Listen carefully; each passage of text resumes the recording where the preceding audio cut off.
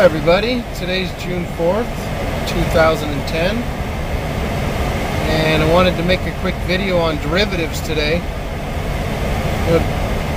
Not a lot of people understand what derivatives are, and by no means am I going to try and make everyone watching this video totally understand them. They can be quite complicated. Some of the smartest financial minds and economists don't even understand all of them fully. A lot of them, the problem with that is a lot of them are generated by computer models, so they get to be extremely complicated. But they work real well, and they can be very profitable if you're on the right side of the derivative.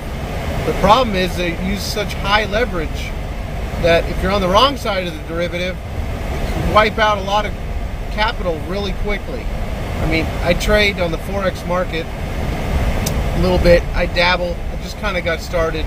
I follow gold, and I can see where there's opportunities in the gold market, and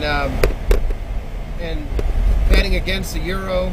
You know, with the euro falling apart, I think you can make some decent returns betting against the euro. So anyway, with a few $100s, been dabbling in the Forex market, and what's really incredible is that you can use 100 to 1 leverage. So I can put just $50 in my account on margin, and I can control $5,000 worth of gold. So real small price increases, and I can control a lot more gold than what I'm dealing with. Now, this is similar with derivatives. There's huge leverage, and the problem is, when you're on the wrong side. Like the credit crisis that we had, when we were said it was due to subprime and bad bets on Wall Street and this and that. The main reason that we had the crisis in 08 is because of derivatives. AIG mainly was brought down by derivatives, and Lehman Brothers. AIG, derivatives are like an insurance, form of insurance. So AIG had huge exposure through derivatives, and they were on the wrong side of the bet. When the housing market started to collapse, they were on the wrong side of the bet, and things fell apart really quickly. So anyway, there's all types of derivatives, and like I said, I'm not going to try and have you understand derivatives through this video. There's other videos, people explain it better than me. The main reason I wanted to talk about derivatives was to kind of give an idea of how big the market is, and the potential that this market has on us. Now, there's futures, options, swaps. There's all type of derivatives.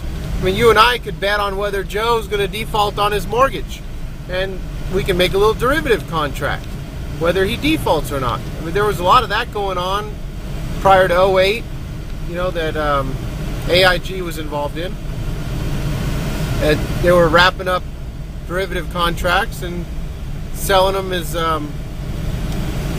as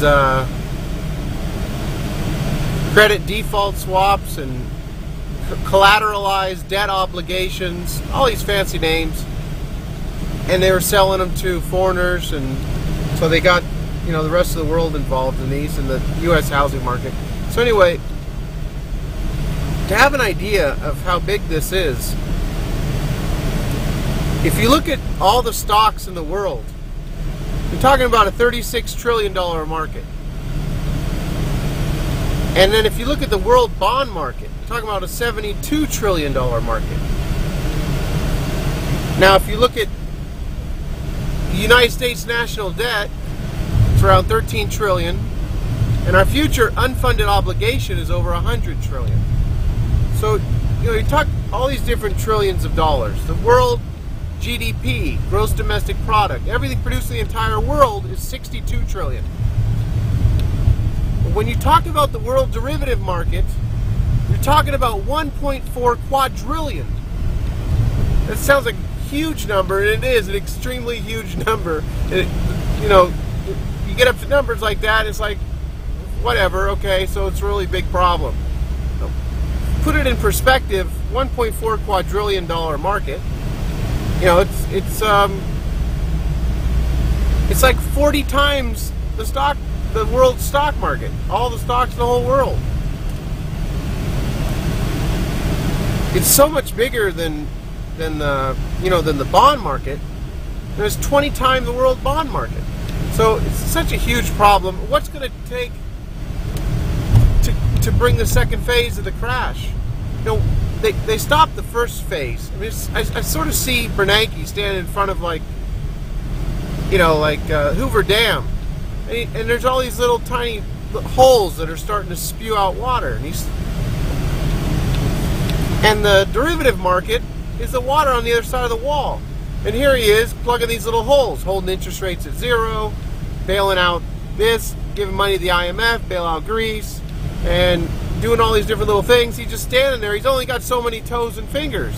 So, like Buffett says, it's a ticking time bomb, the derivative market. He said that before, months ago. He just came out and said that again. When he took over General Ray Insurance Company, he paid billions of dollars to get out of the derivatives because he didn't understand them.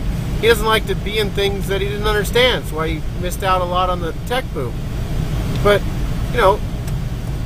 Buffett's one of the richest men in the world, if not the richest man in the world. He keeps battling with Gates back and forth. But he says they're a ticking time bomb. So, I don't know what it's going to take, with currency crisis, or there's going to be some other countries starting to default. But we're talking about a $1.4 quadrillion market, of which 85% of that is on interest rates. There's all type of derivatives. Well, 85% of the $1.4 quadrillion market is on interest rate swaps. So, it's really scary thinking about it. And what can you do about it?